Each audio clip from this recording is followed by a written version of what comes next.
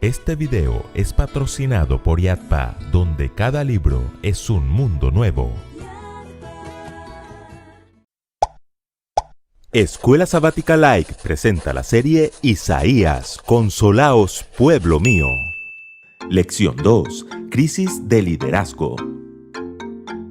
¿Recuerdan la historia del joven Pablo? Sí, Dios lo bendijo en todas las cosas y lo engrandeció, pero luego se engrandeció a sí mismo y se rebeló contra Dios. Correcto. Hay una gran diferencia entre ser engrandecidos por Dios y engrandecernos nosotros mismos. Para entenderlo mejor, veamos la historia del rey Usías. Usías fue el 10º rey del reino de Judá. Tenía tan solo 16 años cuando ascendió al trono y reinó durante 52 años. ¿52 años?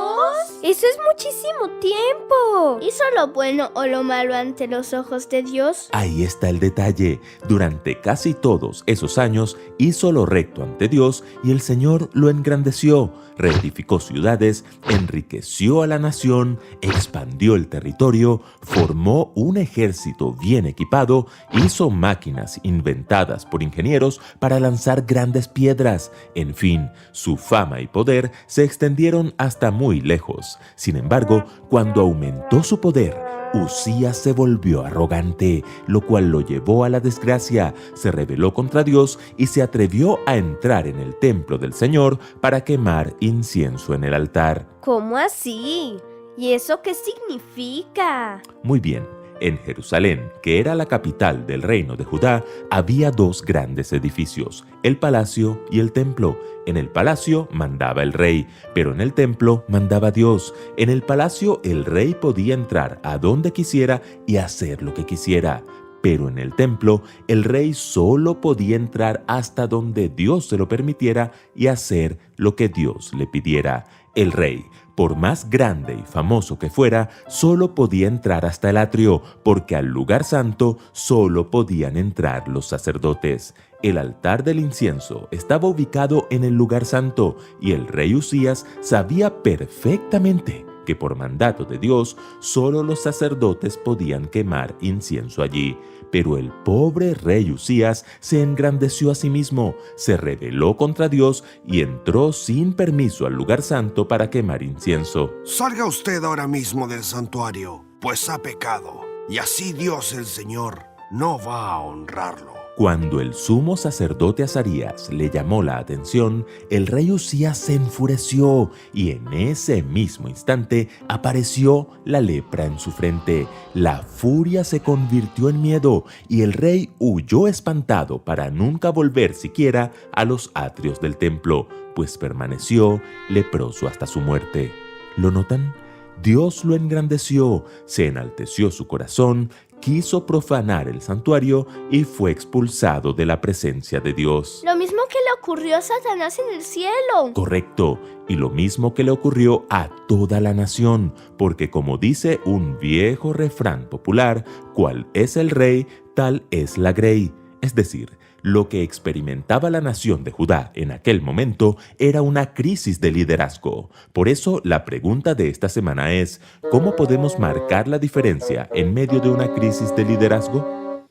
En primer lugar, viendo a Dios como el supremo líder. ¿Sabían que el profeta Isaías era del linaje real? O sea que era familiar del rey Usías. Por eso también se le conoce como el príncipe de los profetas. Correcto, así que no cabe duda de que la lepra del rey Usías y su posterior muerte debieron preocuparle mucho. Pero la lepra moral del pueblo y la amenaza de guerra de Tiglat-Pileser III, rey de los asirios, le preocupaba mucho más.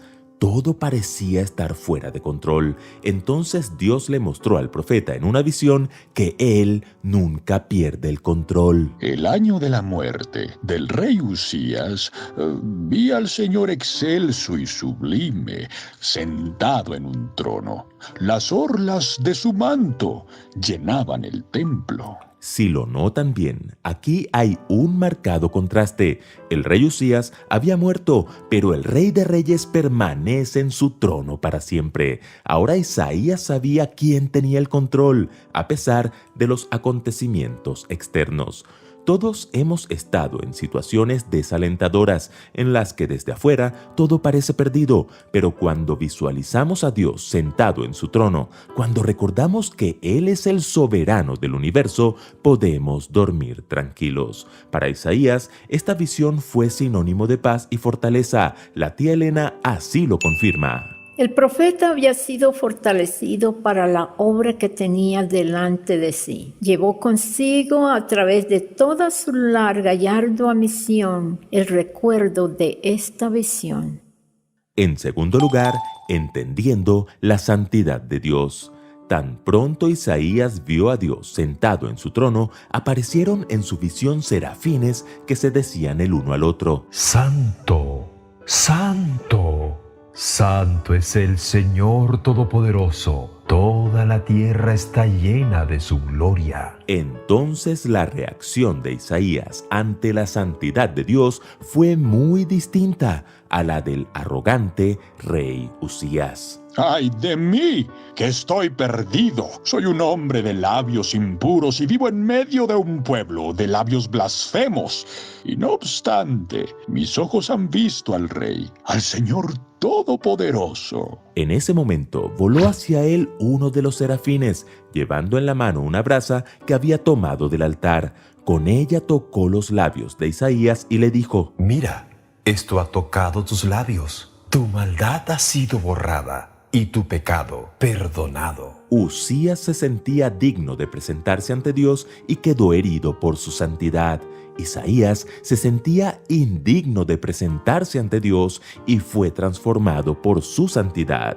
Bien dijo Jesús: cualquiera que se enaltece será humillado, y el que se humilla será enaltecido. Para marcar la diferencia, debemos entender la santidad de Dios, humillarnos ante el Rey y, tal como Isaías, recibir perdón y transformación. En tercer lugar, aceptando la comisión. Después de recibir el perdón y la transformación al ser tocado por un carbón encendido, Isaías oyó la voz de Dios. ¿A quién enviaré? ¿Y quién irá por nosotros? ¿Dios estaba buscando a alguien? Sí, estaba buscando un líder. Correcto, Dios no nos ha llamado para que seamos hijos quejetas. Ay, es que con estos políticos no se puede. Ay, es que con ese pastor la iglesia no camina. Ah, es que con esos directivos la universidad no funciona. No, Dios puso a cada quien en su debido lugar y la pregunta no es cómo responden ellos, sino cómo respondemos tú y yo al llamado que Dios nos hace a ejercer nuestro liderazgo en la esfera que Dios nos ha dado. El Señor quiere líderes que respondan como Isaías. Heme aquí, envíame a mí. En casa, en el trabajo, en la escuela, en el barrio, en la iglesia. Dios sigue buscando líderes que marquen la diferencia. Y en cuarto lugar, entendiendo el mensaje. Dios envió al profeta con un mensaje que en primera instancia parece muy extraño. Ve y dile a este pueblo: oigan bien, pero no entiendan.